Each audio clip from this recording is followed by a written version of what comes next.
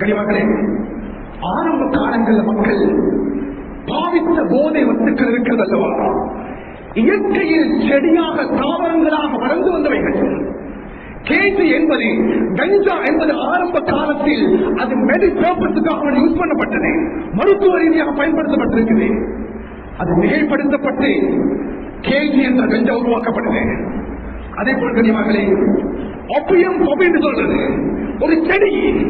அந்த செடி ஆரம்ப காலத்தில் அது லிக்கர், அது மதுவாக பயன்படுத்தப்படவில்லை, போதையாக பயன்படுத்தப்படவில்லை. அந்த செடி பின்னால காலத்தில் ஹெரோயினாக, அதே போல் மொபின் என்ற போதை வஸ்துக்கள் உருவாக்கப்படுகிறது. எல்லாமே செடிகள் இருந்து. ஆனால் அண்மை காலமாக என்று நம் சமூகத்தில் உருவாகி கொண்டிருக்கக்கூடிய இந்த ஐஸ் என்ற போதைப் பொருள், கனிமகளே, இது ஒரு கெமிக்கல். மனிதனின் மூலமாக உருவாக்கப்பட்ட, ரசாயன ரீதியாக உருவாக்கப்பட்ட ஒரு கெமிக்கல். மெத்தம்பெட்டமைன் என்று சொல்லக்கூடிய ஒரு கெமிக்கல்.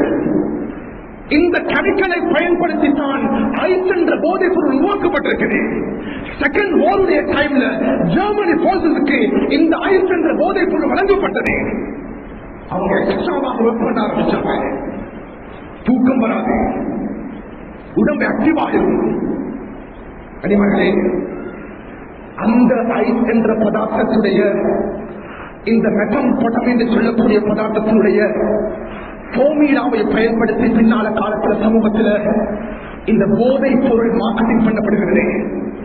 2015 வருஷத்துக்கு பின்னால நம் நாட்டில் இதனுடைய தாக்கம் மிகவும் ஆழமாக உருவானது. மார்க்கெட்டிங் பண்ணப்பட்டது.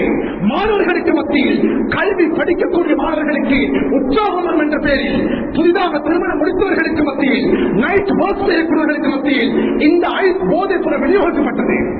இது நீங்க பாருங்க, அவருக்கு ஆக்டிவ்னஸ் கிடைக்கும், உற்சாகம் கிடைக்கும்.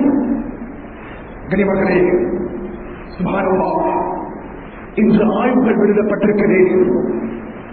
எந்த மனிதன் இதற்கு அடிக்டடாக மாறுகிறானோ, இந்த போதைக்கு யார் அடிக்டடாக மாறுகிறானோ, 25 வயது வாலிபனுடைய தோற்றம் 70 வயது வயோதிபனுடைய தோற்றமாக மாறும். அவருடைய பற்கள் துண்டு துண்டாக உடைந்து கீழே விடும். அவருடைய சதைகள் பொங்க ஆரம்பிக்கும். இறுதியாக மெத்தம்பெட்டமைன் என்ற டிசீஸ் வரும்.